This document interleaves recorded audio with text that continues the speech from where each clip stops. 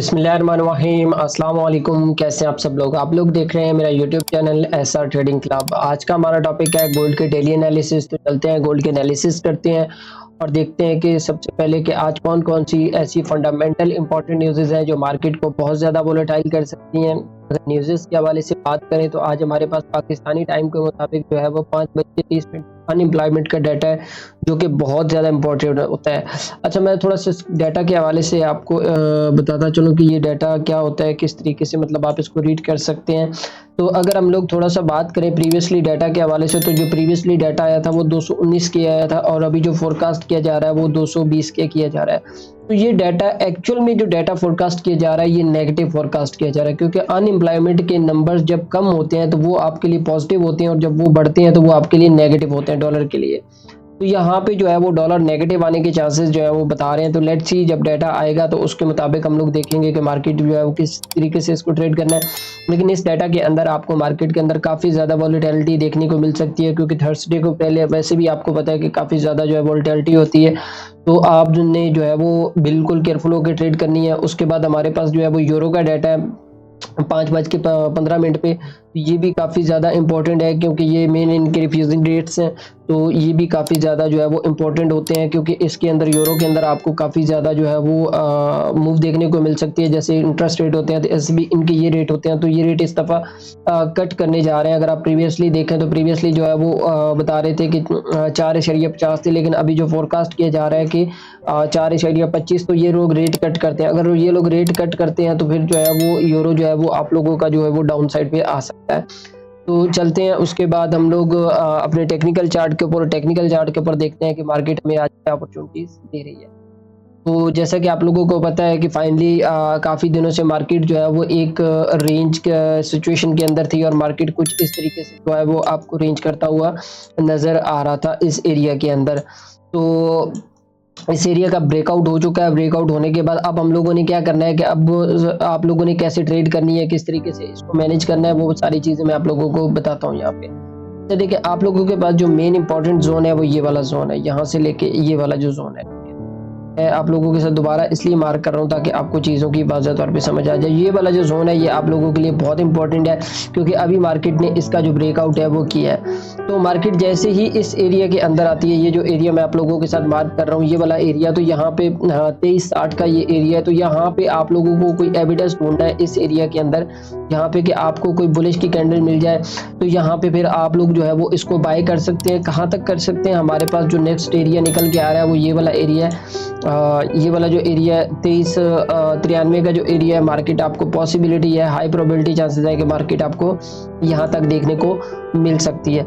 अगर तो मार्केट 2360 से नीचे क्लोज हो जाती है, मैं आप लोगों को दोबारा इसलिए अगेन बता रहा हूँ कि अगर मार्केट 23 इसके नीचे क्लोज हो जाती है, 2360 के नीचे क्लोजिंग दे के, तो यहाँ पे जो है वो दोबारा रीटेस्ट करती है और रीटेस्ट करने के बाद यहाँ पे आपको दोबारा से जो है वो एक इसका जो लो टूट जाता है, ये वाला जो लो मैंने बताया कि मार्केट का जो कैंडल का जो लो होगा जो टूटेगा, तो फिर मार्केट जो है वो हाई प्रोबेबिलिटी चांसेस है मार्केट आपको यहाँ पे देखने को मिल सकती है। नहीं तो मार्केट के अंदर आपको यहाँ से 2360 के ऊपर से जो है वो बुलिशनेस देखने को मिल सकती है। तो बाइंग का सिनेरियो भी समझ आ गया, सेलिंग का सिनेरियो भी समझ आ गया। अब आप लोगों ने कोशिश ये करनी है कि आप लोगों को पता है कि कल एनएफपी है, तो एनएफपी से पहले मार्केट काफ़ी लंबी रेंज करता है। तो मे भी पॉसिबल है कि मार्केट दोबारा से ब्रेक इन कर जाए, ब्रेक इन करने के बाद एक दफ़ा दोबारा से मार्केट जो है वो फिर ब्रेकआउट करे। तो ये फेक मूव आपको देखने को मिल सकते हैं इस वीक के अंदर, क्योंकि ये वीक बहुत ज़्यादा वोलेटाइल होता है। आप लोगों ने कोशिश करनी है कि बिल्कुल भी विदाउट स्टॉप लॉस ट्रेड नहीं करना है, क्योंकि काफ़ी भाइयों के मैसेजेस आ रहे होते हैं कि भाई सर हमें तो जो है वो समझ नहीं आ रही है कि मार्केट किस तरीके से मूव कर रही है। तो देखो, ये एक सिंपल फॉर्मेशन है, इसके अंदर क्या चीज़ है जो आप लोगों को समझ नहीं आती है। आप लोग चार्ट को देखें, मतलब उसकी डायरेक्शन को देखें। सबसे इंपॉर्टेंट चीज़ है कि यार आप लोग जब भी मार्केट के अंदर ट्रेड करें ना, मैं आपको थोड़ी बहुत चीज़ें बता देता हूँ कि जब भी आप लोगों ने ट्रेड करनी है तो सबसे पहले आप मार्केट का ट्रेंड देखा करें कि मार्केट का ट्रेंड किस साइड पे है। उसके बाद आपने कोशिश करनी है कि मार्केट के अंदर जो है वो आप लोगों ने ज्वाइनिंग करनी है कि मार्केट का या तो आपने ट्रेंड के ऊपर ट्रेड करनी है कि ट्रेंड ज्वाइनिंग के ऊपर करनी है, या फिर उसके अदरवाइज ब्रेकआउट हो जाता है तो फिर आपने ब्रेकआउट के ऊपर ट्रेड करनी है।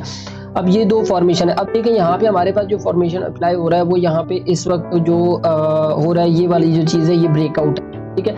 अब हमने कोशिश करनी है कि जो ब्रेकआउट वाली स्ट्रेटजी है, मतलब जैसे हम लोग ब्रेकआउट होता है, रेजिस्टेंस का ब्रेकआउट होता है, सपोर्ट का ब्रेकआउट होता है, तो हम उसके रिटेस्ट के ऊपर जो वो बाय करते हैं, या उसका ब्रेक इन हो जाता है तो हम लोग वो सेल कर लेते हैं। तो यहाँ पे फिर अभी वेट करना होता है। यहाँ पे ये नहीं है कि अगर आप मार्केट बाय जा रही हो तो बाय कर रहे हैं, बाय कर रहे हैं, बाय कर रहे हैं, सेल जा रही है तो सेल कर रहे हैं, सेल कर रहे हैं, सेल कर रहे हैं। वो मार्केट कभी कभार ऐसा होता है कि जब आप बाय जा रही होती है तो आप बाय करते हैं तो मार्केट आपको जो है वो रिवर्सल दी जाती है ब्रेक इन करके।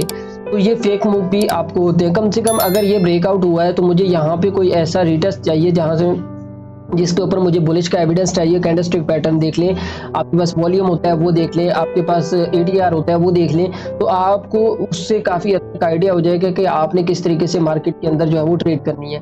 तो ये चीज़ें आप लोगों को, जब तक आप प्रॉपर टेक्निकल एनालिसिस सीखेंगे नहीं, जब तक आपको प्रॉपर एजुकेशन नहीं होगी इसकी, तब तक आप इस मार्केट के अंदर कभी भी लॉन्ग टर्म के लिए सर्वाइव नहीं कर पाएंगे। हाँ, एक चीज़ है कि यार लोग बहुत ज़्यादा मुझे क्वेश्चन करते हैं कि सर सिग्नल सर्विस देखिए, मैं आप लोगों को एक चीज़ वाज़ेह तौर पे बता दूं कि सिग्नल सर्विस एक आर्जी होता है कि मतलब आप लोग अगर आप लोग ट्रेड नहीं कर सकते हैं तो आप लोगों को सिग्नल सर्विसेज जो है वो दी जाती हैं।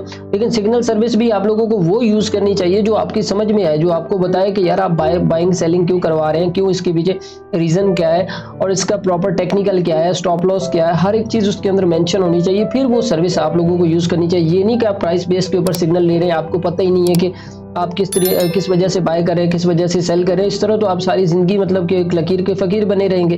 तो ये चीज़ नहीं होनी चाहिए। आप लोग कोशिश करें, आप लोग इसको सीख के ट्रेड करें ताकि आप लोगों को चीज़ें वाज़ेह तौर पे समझ आए। तो बाकी तमाम भाइयों से रिक्वेस्ट है कि आप जिस वीडियो को लाजमी शेयर कीजिएगा। बाकी इंशाल्लाह मिलते हैं कल, दुआ में याद रखिएगा। अल्लाह हाफिज़।